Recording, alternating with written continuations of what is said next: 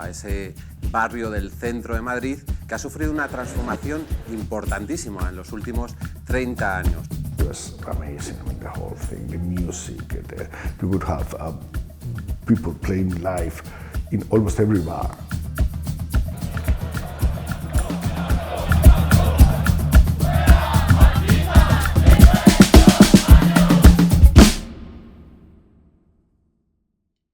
I remember when I was a child, my father, I think I was 12 or 13 or something like that, once driving through Chueca, he said, well, this is the neighborhood of the prostitutes and gays.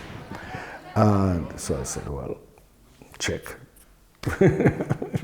I know where I have to come. Chueca empieza siendo un barrio de acogida para personas que entonces éramos marginales y que vamos allí porque es un espacio que por los niveles de violencia, de degradación, de droga que hay allí, pues se convierte en un barrio no apto para la buena sociedad.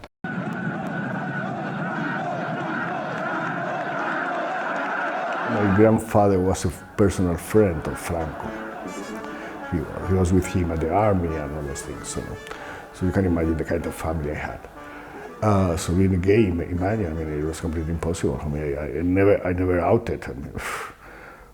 I didn't out till I was almost 20 with my family, ¿no? Es que realmente la situación en España en los años 60, 70, es que era muy complicada. Y echaban a la gente de sus casas, las familias, sobre todo las personas trans. ¿Cuántas no han tenido que vivir su adolescencia en la prostitución, en la calle, porque no tenían ningún espacio de acogida cuando los echaban de sus familias? Eso lo ha vivido España.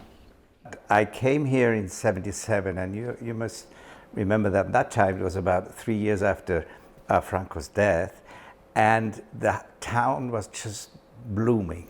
Everything was just starting to boil. Finally, the doors were open, and there was a lot of liberty, and that, of course, helped a lot of people to express their ways in arts and in theater, in painting. And also in behaving, in going out and meeting other people, being curious about other people. It was amazing because the idea that things that I could have been sent to prison for were absolutely legal, and I could do them, and I could go to the places, to the bars, and have sex or meet people. When I came here, it was a very almost, I would say, a dangerous area to live, because this center of the city, there were a lot of drugs and there were a lot of thieves, and it was kind of dangerous to go back home in the night, so you had to be careful. Living in Chueca, I never took the underground in Chueca station, because I avoided this crime, because I was afraid. AIDS is defined as an unexplained inability to fight off infection. People with AIDS are vulnerable to every passing germ. Topping the list of likely victims are male homosexuals who have many partners and drug users who inject themselves with needles. I was diagnosed in 1992, so those were the tough times. I mean, when there were no drugs, there was no expectations at all. In fact, my doctor told me that, well, you know what this means. It's 1 year, 2 years of life if you are lucky. He was almost right. I mean, it was 1992. In 1995, I was dying. I mean, but the new drugs came, the high efficiency therapy, and I survived that. It's ended with many of the people who use drugs because they died of AIDS, of course. When the heroin, when the Yankees disappeared of the neighborhood, it completely changed. At the beginning, there were only the LGTB businesses were only by night. There were only bars or discos or things like that, no? But then they started to open restaurants, the bookshop, Bercana, businesses during the day, not just by night, no?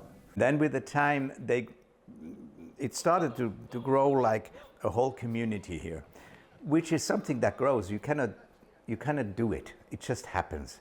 And when it happens, it's of course much easier to live there, because suddenly say, oh, wow, you know, there are more people coming here, and there's a kind of unity with the people who live here.